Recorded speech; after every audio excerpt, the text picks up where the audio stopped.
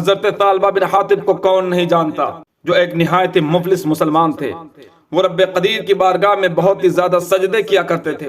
ان کے کثرت سجود کی وجہ سے ان کے ماتھے پر داغ ہی نہیں بلکہ ان کا ماتھا گھٹنے کی طرح پھول گیا تھا، مگر وہ نماز پڑھ کر سب سے پہلے مسجد سے نکل جاتے تھے۔ ایک مرتبہ حضور اکرم صلی اللہ علیہ وسلم نے ان سے دریافت فرمایا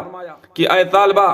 تم مسجد سے نماز پڑھ کر سب سے پہلے کیوں نکل جایا کرتے ہو؟ وہ عرض کرتے ہیں، یا رسول اللہ صلی اللہ تعالی علیہ وسلم، میرے پاس صرف یہی ایک لباس ہے، لہٰذا جب میں نماز پڑھ کر اپنے گھر کو واپس جاتا ہوں تو اسی لباس کو پہن کر میری بیوی بھی نماز پڑھتی ہے۔ یا رسول اللہ صلی اللہ تعالی علیہ وسلم، میرے لیے اللہ رب العالمین سے دعا فرمائیں کہ اللہ رب العالمین مجھے مال کی فراوانی عطا فرمائے۔ سرکار دو عالم صلی اللہ علیہ وسلم نے ارشاد فرمایا، اے طالبہ، تمہارے لیے مفلسی ہی بہتر ہے۔ لیکن طالبہ نے حضور اکرم صلی اللہ علیہ وسلم کی بات نہ مانی اور اپنی بات پر بضد رہے، تو اللہ کے نبی صلی اللہ علیہ وسلم نے ارشاد فرمایا، اے طالبہ، تمہیں کون سا مال پسند ہے؟ انہوں نے عرض کیا، یا رسول اللہ صلی اللہ تعالی علیہ وسلم، مجھے بکری سب سے زیادہ پسند ہے۔ اللہ کے نبی صلی اللہ علیہ وسلم نے ان کے لیے دعا فرما دی۔ ابھی کچھ دن ہی گزرے تھے کہ طالبہ کو اللہ رب العالمین نے بکریوں کا ایک ریوڑ عطا فرما دیا۔ دھیرے دھیرے ان بکریوں کی تعداد بڑھتی گئی، حتیٰ کہ طالبہ کو مدینہ کے باہر ایک میدان میں پناہ لینی پڑی، اور جب بکریوں کی تعداد بہت زیادہ ہو گئی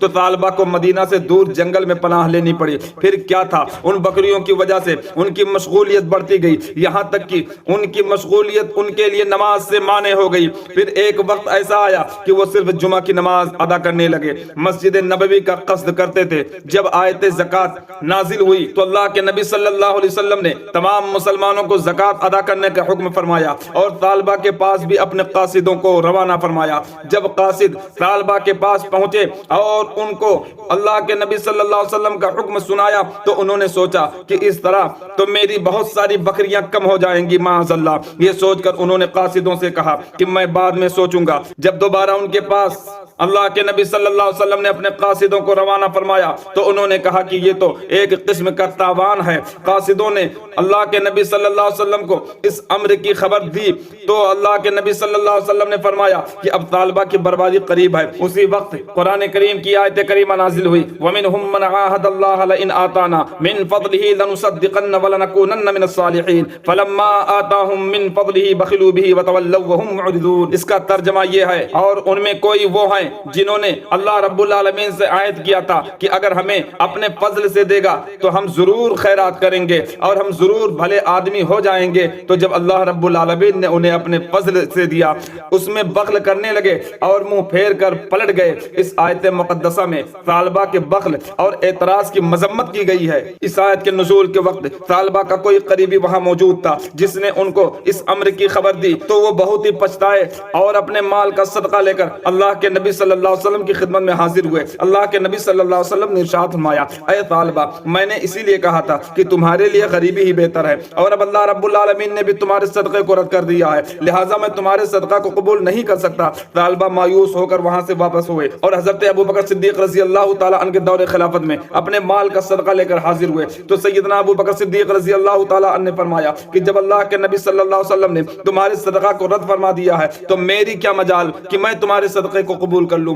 یوں ہی جب حضرت عمر فاروق اعظم رضی اللہ تعالیٰ عنہ کا دور آیا تو طالبہ نے سوچا کہ لاؤ حضرت عمر کی بارگاہ میں لے کر کے چلتے ہیں، شاید وہاں پر ہمارا صدقہ قبول ہو جائے۔ جب حضرت طالبہ حضرت عمر فاروق اعظم رضی اللہ تعالیٰ عنہ کی بارگاہ میں لے کر کے اپنے مال کو حاضر ہوئے تو حضرت عمر فاروق اعظم رضی اللہ تعالیٰ عنہ نے کہا کہ جب تمہارے مال کو اللہ کے نبی صلی اللہ علیہ وسلم نے اور حضرت ابو بکر نے جب رد کر دیا تو میری کیا مجال ہے کہ میں اسے قبول کروں۔ جب حضرت عثمان غنی رضی اللہ تعالیٰ عنہ کا دور آیا تو حضرت طالبہ نے سوچا کہ لاؤ عثمان کی بارگاہ میں لے کر کے چلتے ہیں، شاید وہاں پر ہمارا صدقہ قبول ہو جائے اور میں بچ جاؤں۔ جب حضرت عثمان غنی رضی اللہ تعالیٰ عنہ کی بارگاہ میں حضرت طالبہ اپنے مال کو لے کر کے پہنچے تو حضرت عثمان غنی رضی اللہ تعالیٰ عنہ نے کہا کہ جب تمہارے مال کو اللہ کے نبی صلی اللہ علیہ وسلم نے قبول نہیں کیا، حضرت ابو بکر نے قبول نہیں کیا، حضرت عمر فاروق اعظم نے قبول نہیں کیا، تو میں کیسے قبول کر سکتا ہوں۔ اسی عالم میں حضرت طالبہ تباہ و برباد ہو گئے، ان کی بکریاں ادھر ادھر بکھر گئیں اور طالبہ جس طرح سے غربت کی زندگی جی رہے تھے